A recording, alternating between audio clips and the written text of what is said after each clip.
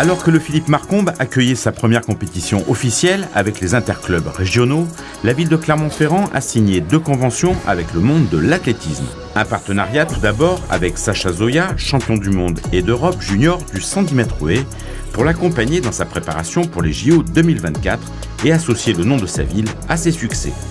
Bah oui, moi c'est un partenariat qui me tient proche au cœur. Ma famille elle est d'ici, des générations après génération. Alors moi, en train de signer ici, ça me succure un peu ma place que je vais être ici pour un bout de temps aussi. Ouais, et c'est incroyable, franchement c'est incroyable, c'est ce qu'on veut comme athlète, on veut plus de nombre de gens en train de te supporter et là j'ai plus ou moins tout clairement derrière moi, alors c'est un boost incroyable. Signature de convention, donc je vais laisser la parole. Donc président Pierre-André, merci d'être là.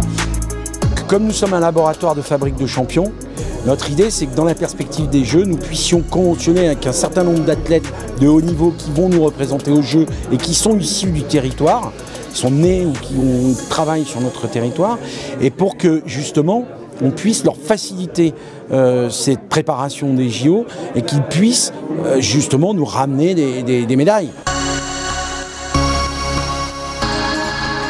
Deuxième partenariat, la signature d'une convention avec la Fédération française d'athlétisme ainsi que la métropole, avec comme objectif majeur, toujours dans le cadre de Paris 2024 et au-delà, de développer la discipline sur le territoire avec des actions en milieu scolaire et l'accueil de compétitions. L'objectif principal, c'est de développer. Nous pensons que l'athlétisme doit rejoindre les grandes fédérations en nombre de licenciés, parce que c'est le sport de base, c'est le sport olympique numéro 1. Vous savez, j'ai l'habitude de dire que l'athlétisme se décline en 4 verbes.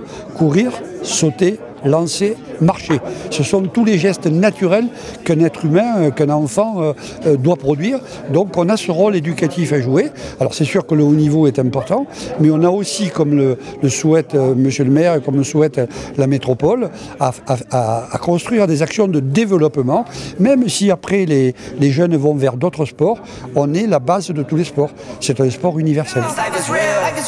A noter qu'en 2023, les championnats de France indoor se dérouleront au Jean Pelez, alors que le stadium fêtera ses 20 ans d'existence.